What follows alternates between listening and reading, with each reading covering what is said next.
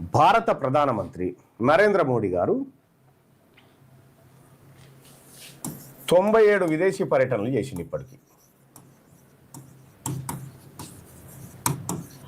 97 విదేశీ పర్యటనలు చేసిండు. 79 దేశాలు తిరిగిండు.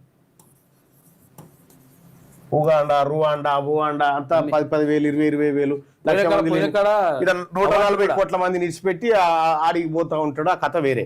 79 దేశాలు తిరిగిండు. భారత పార్లమెంటు నడుస్తూ ఉంది. ఇప్పుడు పార్లమెంటు నడుస్తుందంటే పార్లమెంటుకు సభానాయకుడు ఎవరు? ప్రధానమంత్రి కదా. సభానాయకుడే విదేశీ పర్యటన పోతాడు, ఇక్కడ పార్లమెంట్ నడుస్తూ ఉంటుంది. సో ఇటువంటి ప్రధాని ఎక్కడ ఉండడు. ఇటువంటి ప్రధాని ఎక్కడ కూడా ఉండడు. ఏదో ఒక రోజు అట్లా వస్తాడు, మళ్ళీ విదేశీ పర్యటన కానీ వెళ్ళిపోతూ ఉంటాడు. 79 దేశాలు తిరిగిండి. ఇప్పటికీ 79 దేశాలు. అవార్డులు కూడా ఇచ్చారు వాళ్ళు. ఎక్కడెక్కడ అవార్డులు మీకు ఇస్తున్నామాడు, అవార్డు ఇస్తున్నామంటే గాలి మోటార్ వేసుకో.